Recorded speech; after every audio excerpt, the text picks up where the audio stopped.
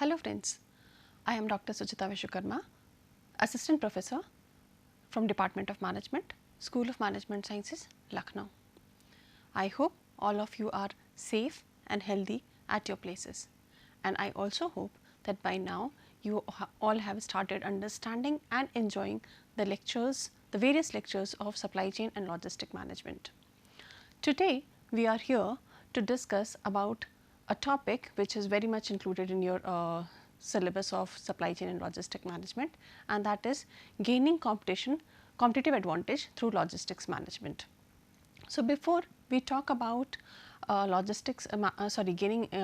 gaining competitive advantage, we would also talk about what is logistics management. In our previous classes, we have already discussed, I have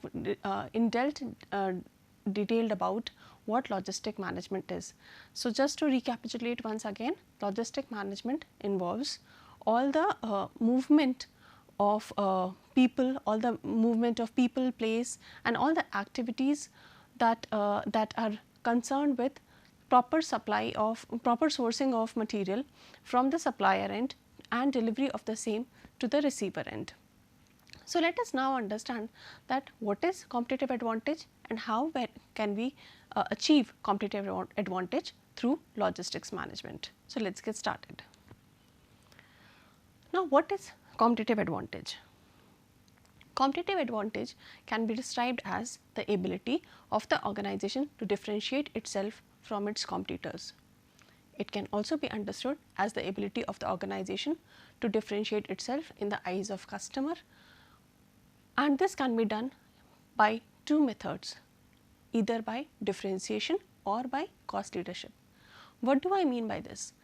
That means an organization can create a different an image about themselves in the eyes of the customer by doing two things, either adding value, that means the benefit or the features in their product or service, so that the customer can differentiately identify the company, or they can simultaneously or separately can also differentiate themselves by being offering product or service at a economic rate or competitively economic rate. That means, if a company X is giving and offering a product at, let us say, 100 rupees, and if I am able to offer the same or similar kind of product at, say, 90 or 95 rupees, then I may be called as cost leadership. So, the company can have a choice of both the options, and they can decide that what they want to offer the customers, whether they want to differentiate in terms of the benefits or the value or the features, or they want to be competitive in terms of the cost. But yes, this is something that every organization or every company needs to always focus on, that whatever thing that they are offering to the customer, be it and whatever way they are deciding that they would like to differentiate, be it in terms of value or cost, the particular aspect should not be easily copied and should be difficult or maybe impossible to copy by the competitor, because then only they will be able to differentiate themselves for a longer run, and then only they will be able to have a sustainable competitive advantage. So, as it says that a competitive advantage must be difficult or impossible to duplicate, and it should not be easily copied or imitated. So, let us understand further. Now, these are the three C's of competitive advantage. That means, any company should focus on these three C's if they want to work on gaining competitive advantage. The first C, as you can see, is the customer, the second is the company itself, and the third C is the competitor. Now, what do I mean by these three C's? Let us understand well. Now, for any company, it is very important that whenever they are taking any kind of strategic decision which may be impacting the organization as a whole in a long run, they should always consider these three C's. That means, the company should take care of its own resources, skills, according to which they are going to offer the product or service.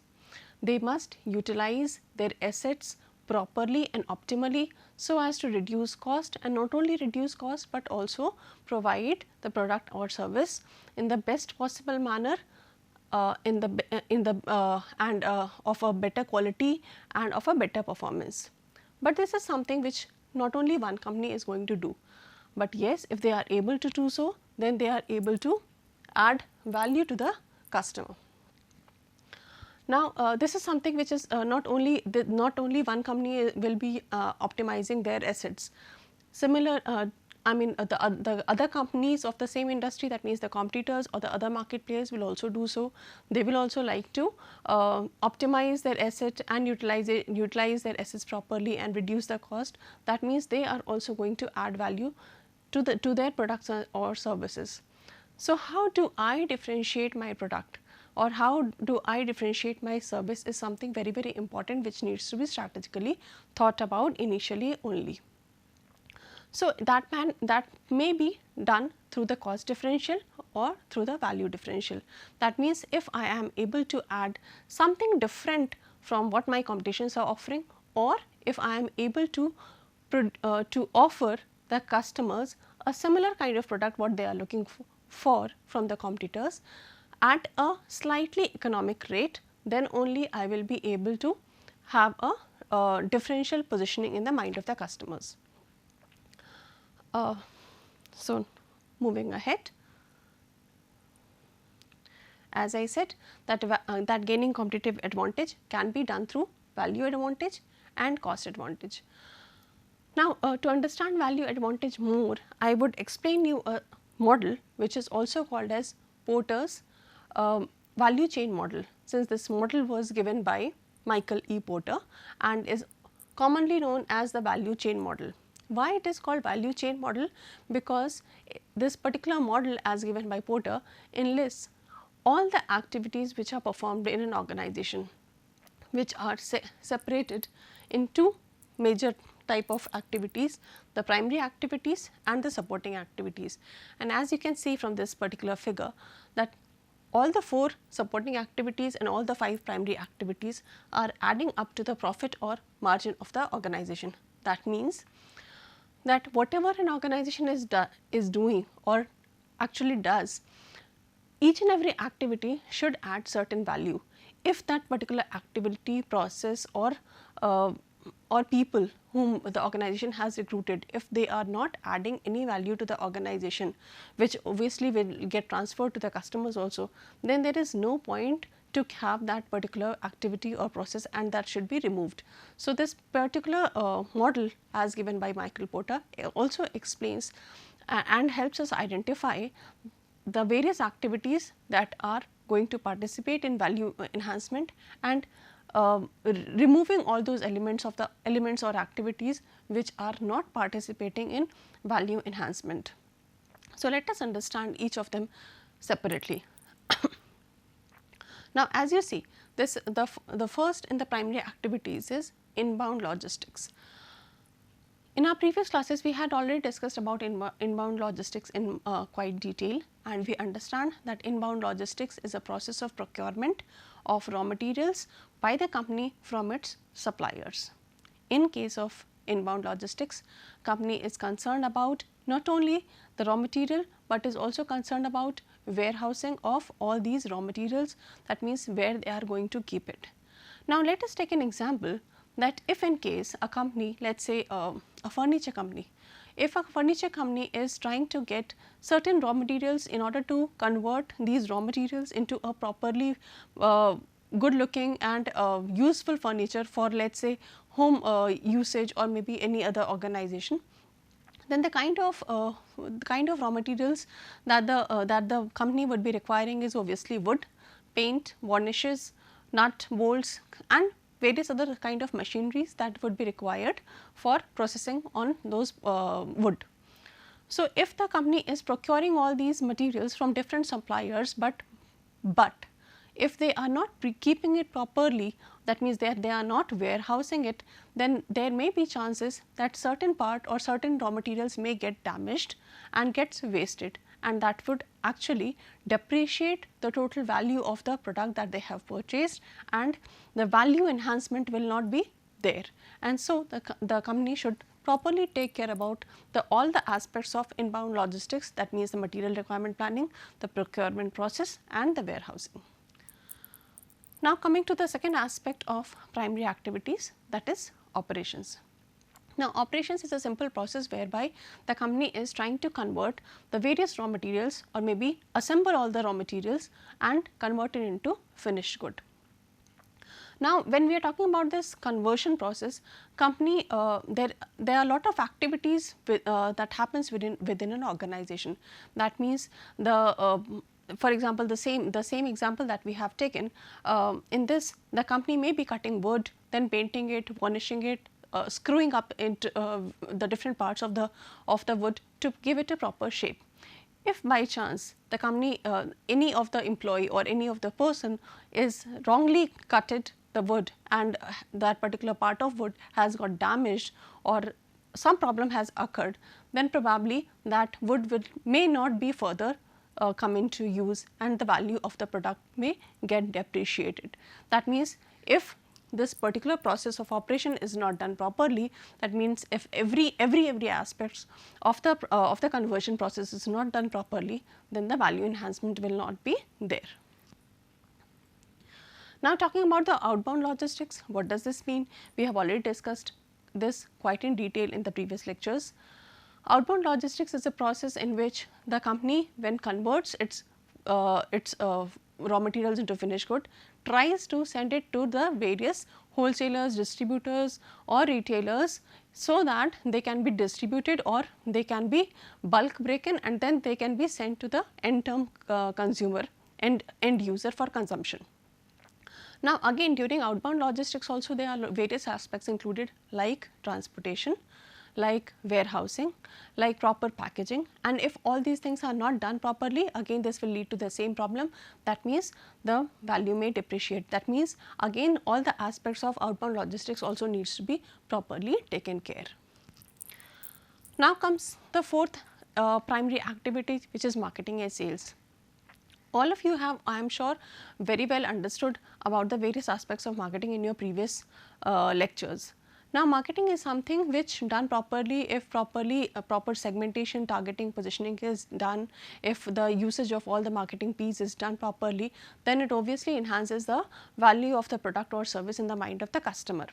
And if marketing and sales is done properly, that means that if the customer is told about the benefits and the values are shared properly, and if the sales activity is done in a proper systematic manner and every aspect of the product or service is properly told, then the customer then obviously that leads to more of customer satisfaction, and whenever a customer is satisfied, obviously that adds value. So, marketing and sales is also very important. And then comes the servicing aspect of the primary activity.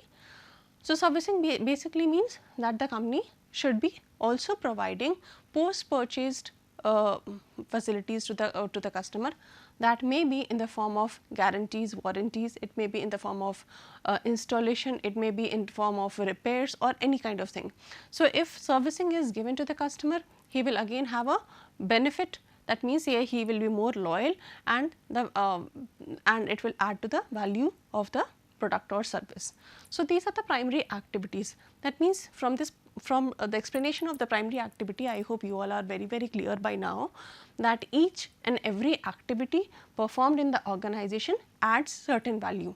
And if a particular, as I said previously also, that if a particular activity is not adding value, then there is no sense of keeping that particular activity or performing that activity, because that will only lead to increase of cost to the company. Now, coming to the supporting activities. Supporting activities, as you can say, there are 4 of them. The firm's infrastructure, human resource, technology development and procurement. Now, supporting activities can be understood as that these activities are not the primary ones. That means they are not those activities which actually lead to conversion of raw material to the finished product. But if they are these supporting activities exist, then obviously the quality and the performance of the product is will be better, and the people, and we will also discuss about the HR aspect also. That means the people and the complete infrastructure will be good, and so the overall quality of the overall quality and performance of the organization, or the overall productivity or efficiency of the organization will be good. But in case of support activity, obviously the work will be done, but then the productivity and efficiency of the organization may decrease. So, let us understand them one by one. Now, starting from the procurement. Procurement is basically a process through which the companies try to procure, that means get the resources from the raw materials from the various suppliers. Now, before procuring any raw material, the company must try to find out the best suited suppliers and also decide the kind of material that they would require and the quantities of material they would require. That means it talks about MRP, material requirement planning.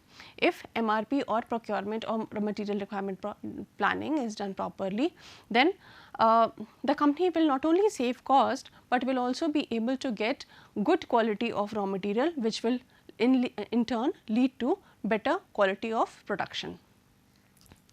Then talking about technological development.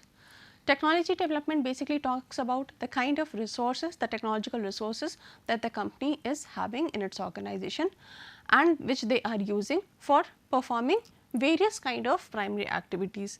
If the organization is using the having the support of technology in all these particular primary activities, then the productivity and the efficiency of all these activities will obviously get enhanced. Then we would also like to talk about human resource. Human resource basically are the people who are working in that organization, and they are obviously the very important aspect of any organization, because only with their capabilities, only with their skills, they are able to produce good quality of product or service. Only when they are properly trained, they are highly motivated, then only they will be able to do work. If they are not properly trained, they may lead to certain problems, the quality of product may deteriorate, and obviously there may be delay in production also. So, this is also something very, very important.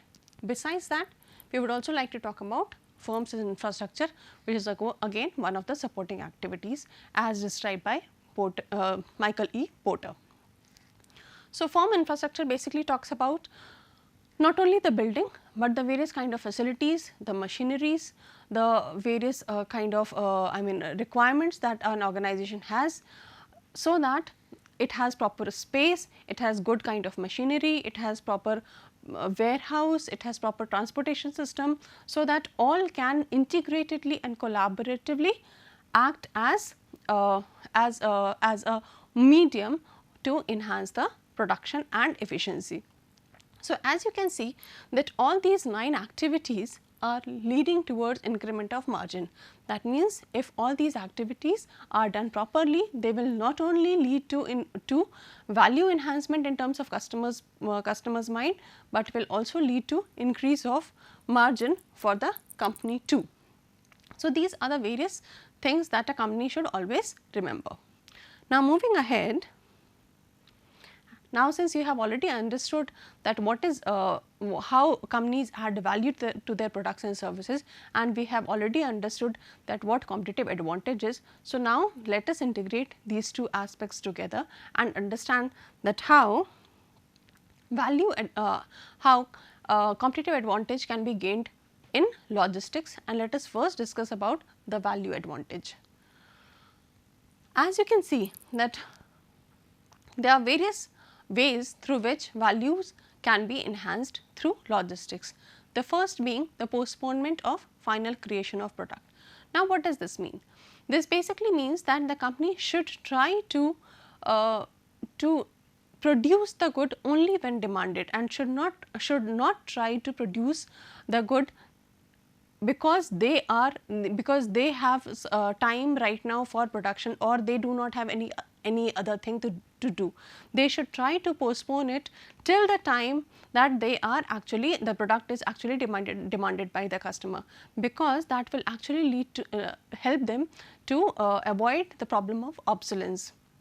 That means they will in case of, let us say, technological products, if I am manufacturing a mobile, if my company is manufacturing a mobile, and if I keep on manufacturing lot of mobiles and keeping it, maybe that there may be a chance that in next 6 months they are kept in the warehouse and they are not sold, and after 6 months that may happen that some technological advancement has taken place, and my mobile or maybe some technological product that I have manufactured may get obsolete, and the cost and the money that I have spent in that production may get waste, and the people will not be liking or preferring to buy that particular set.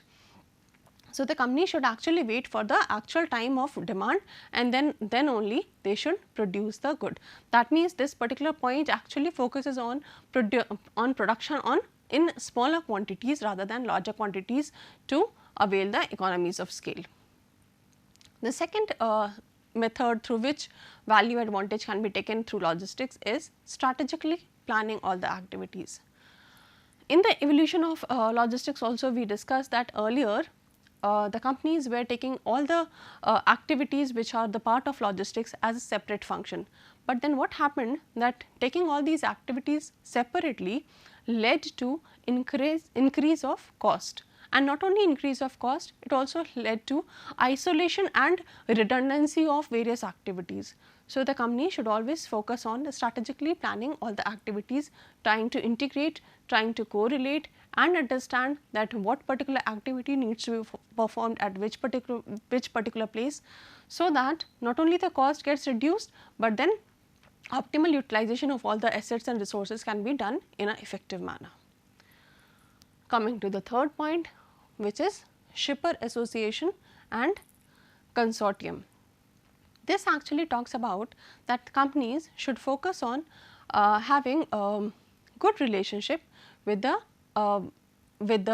other competitors, or maybe with the suppliers, or maybe with the other people, experts of the industries, because when there may be other companies, other competitors who are also looking forward for similar kind of raw material, or there may be a requirement of other kind of organization also in terms of transportation, and obviously we are going to discuss this in later, we will discuss in more detail in later classes, but then as of now you may understand that these things actually help, that if I have good relationship with my supplier, then I can obviously leverage the relationship with the supplier, and not only with the supplier, with the competitor also, in terms of while transporting my good from point A to point B.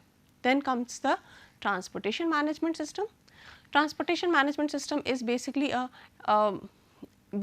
integrated system of various transporters through which I would be sending my product from point A to point B, that means from the production end to the consumption end.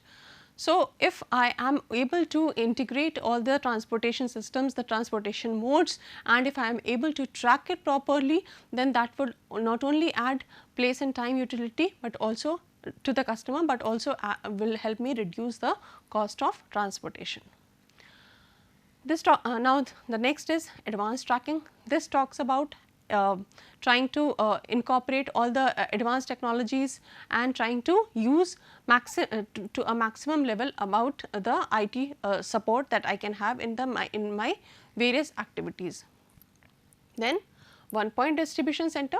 It basically talks about that the company should actually think about having distribution centers from which they can break bulk easily, and they can distribute their products in a proper manner to the various nearby locations, so that they are not so that delay or lead time can get reduced. Self-owned vehicles by the organization helps the organization reduce have a better control and also reduce the cost of transportation. Use of transit point, as I said, also helps in having that getting the products delivered to the customers.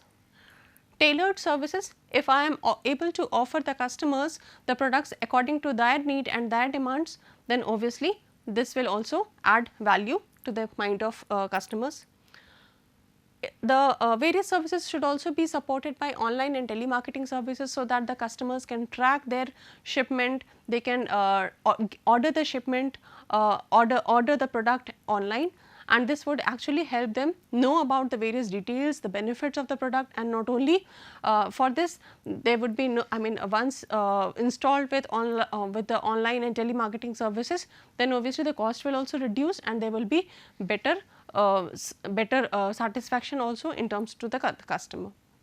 Optimizing assets, this basically talks about that the company should focus on fully utilizing all the assets and optimally utilizing for increasing the efficiency.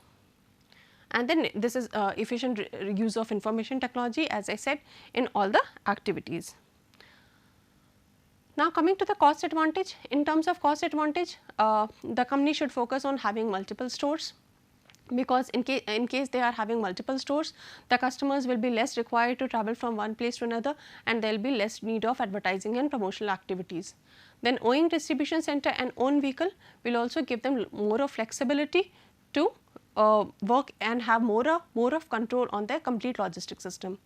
Forecasting demand is also something which is very, very important, because unless and until we know that how much the product has to be produced, then obviously this will obviously lead to reduction of cost.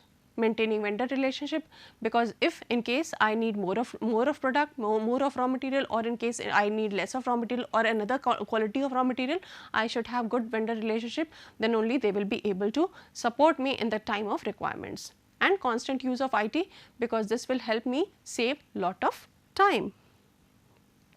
So, this particular diagram basically shows that only when a company is able to have value advantage and cost advantage, then only they will be able to achieve the goal, which is superior customer value at lower cost.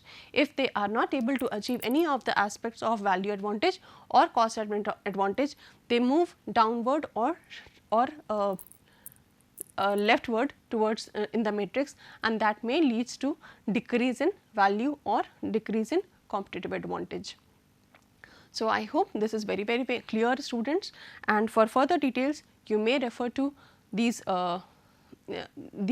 sites for more of detail on how to gain competitive advantage in logistics. Thank you.